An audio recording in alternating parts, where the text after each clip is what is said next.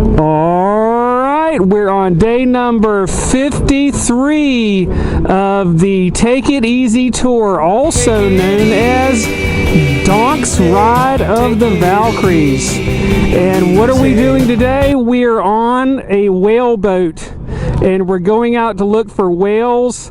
And look, there's an iceberg right there. So we're going to see some icebergs here too. And so I'm at a place called St. Anthony, and as you can see, it's absolutely gorgeous here. And calm seas. It's about 50 degrees right now, so it's just awesome. And we're just going to be out here for about a couple of hours, and hopefully we're going to see some whales, and we're going to see a lot of icebergs from what they say. And the whales here are humpbacks and fins and minke whales. Minke whales are small whales, but the humpbacks, they're fairly large, and the fin whales, they're really big. So we'll try to get some footage of the whales if we can, and we'll see some icebergs. But we're on day number 53, and from what I understand, I'm about 2,136 miles from home right now. So Donk and Dave, we're on another adventure, looking for some whales and looking for some icebergs. So Donk and Dave out.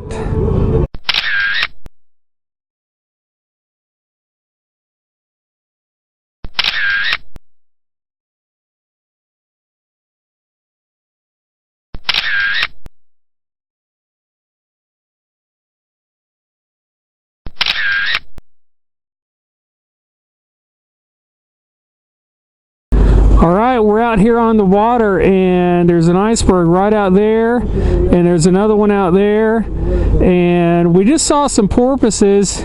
I got them on my phone, I think. I don't know, but they were way far off. You couldn't see them very well from the action cam that I have here. But yeah, there's a couple icebergs there and there, and otherwise we haven't seen too damn much, to be quite honest. But we're hoping to see a little bit more as time goes on. We're headed south right now toward another bay where hopefully there's going to be some other icebergs or whales or something like that. But it's a beautiful day. It's, like I said, it's cold. This water here is cold, and it's crystal clear. I mean, you can look down when the boat has stopped, and you can see all of the life and everything that's underneath the boat. There's fish, and there's a lot of jellyfish and stuff like that. You can see down about 25-30 feet. That's pretty cool. So yeah, we're just kind of moseying along here with this diesel boat, and hopefully we'll see some whales or something here real soon. Dogger Dave out. All right, guys, we got a couple of humpback whales out here, and they're right out there. And you can see their blow every once in a while. And then this last one, he came up, and then the tail came down. There he is, right there. Right there's a whale right there. Oh yeah. Yep. Oh yeah, there you go, right there, right there.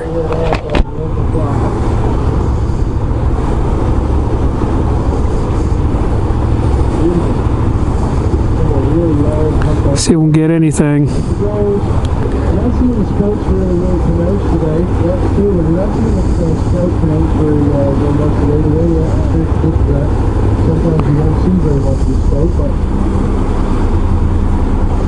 It's right there. Right there, there to go.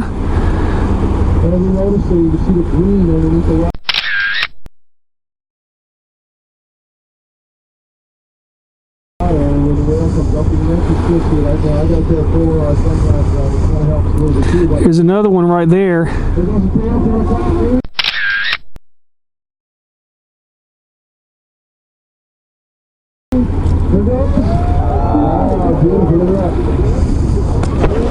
That was cool. Got the tail. Here we go.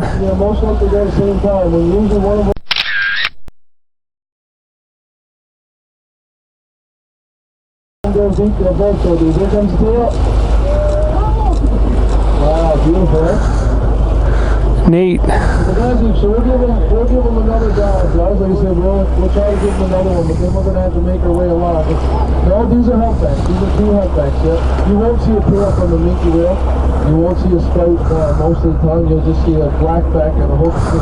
So, like I said, we're going to give them at least one more dive. You see how long they stay down? Yep, they're gone. Yeah, we're live.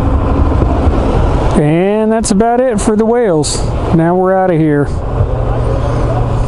Well, that was it for the whale watching and iceberg tour. We're in town St. Anthony right now, and it's on the northern eastern coast of Newfoundland. And what I'm going to do is come around and then go back down south on the west side. But that was interesting. We did get to see a humpback whale. They didn't breach or anything like that. I wish they would have done that, but at least it was interesting to see them. And we got to see some icebergs. I got to taste some iceberg ice, which actually is about 15,000 years old, and it's pure water. It's snow that's been compacted down in a glacier until it forms ice, and then the glacier moves down, and then it breaks off, goes into the water, and then it becomes an iceberg. So that's what happens. That's how you get an iceberg.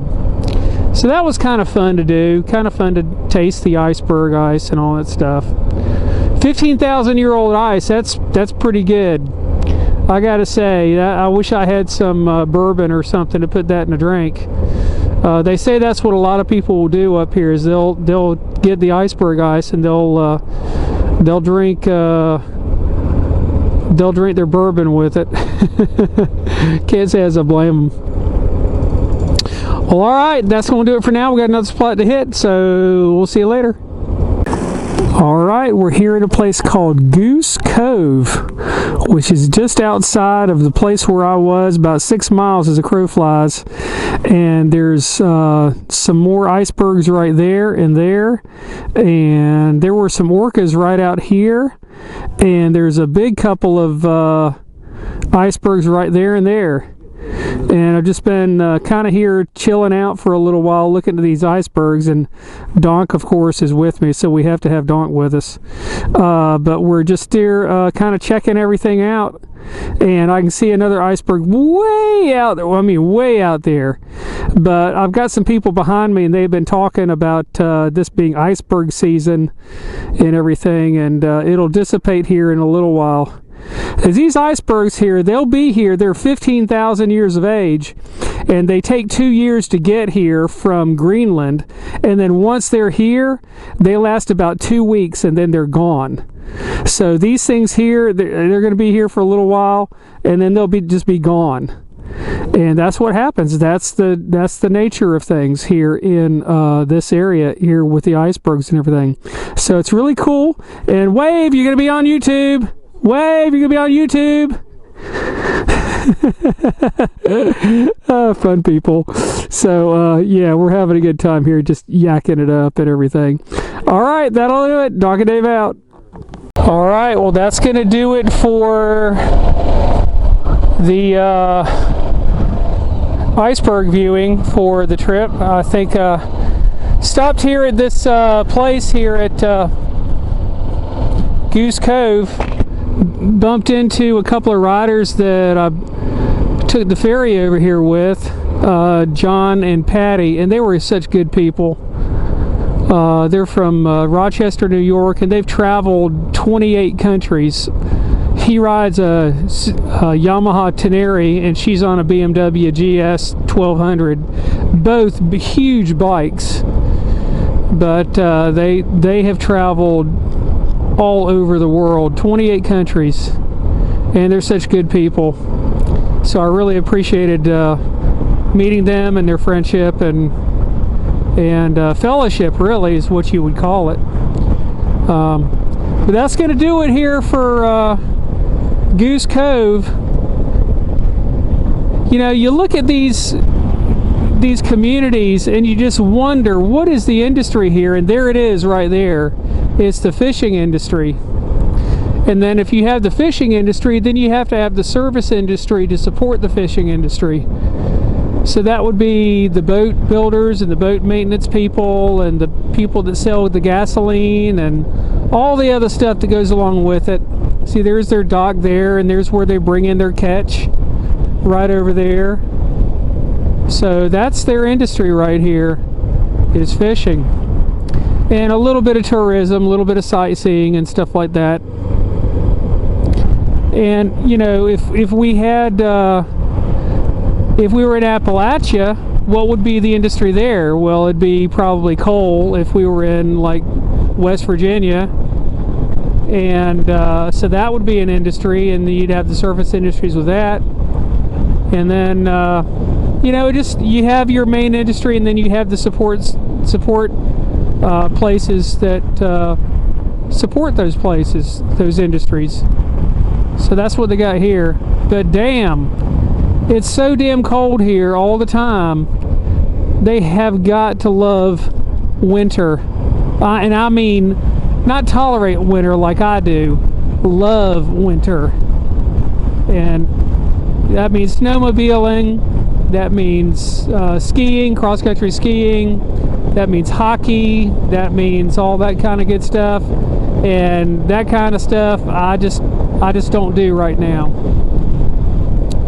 So it's a beautiful area, man. I love visiting it. It was awesome to visit and everything, but there ain't no way in hell you could pay me to live here.